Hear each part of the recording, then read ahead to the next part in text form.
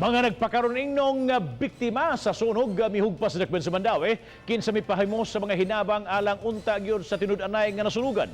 Anang report ni Alan Domingo. Gibutyag sa tigpamaba sa Mandawi City Hall nga gipahimuslan sa mga taong misakay sa panahon ang trahedya nga nahiaguman sa mga biktima sa sunog. Kinihuman masuta nga dunay daghang nagpakarong ingnon nga biktima sa sunog ang nagpalista og may claim sa mga hinabang. Gani duna pay nagikan sa laing dapit.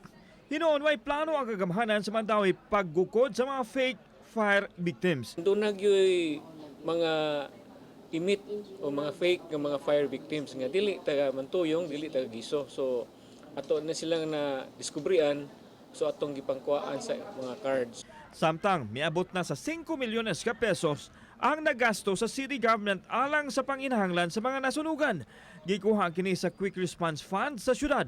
Ato yung gipaningkamutan nga mapaspas ang pag-develop sa site kay di man lalim gud nga magpabilin diha sila sa CICC kay ang atong gastuanan basig delikado ma-deplete ang atong resources. Samtang wa pa kasugdi ang reblocking human mitumaw ang pagsupak sa usa ka grupo sa Urban Poor. Apan gipaningkamutan karon sa Mandawi nga mapangitaan og sulbad ang isyu aron mapatuman ang proyekto. Mupadayon mi sa among trabaho tungod ining resolusyon sa tulo ka kapunungan nga uyon sila sa reblocking kay nakita na mga mas daghan man ni sila. Alan Domingo, Balitang Bisdak.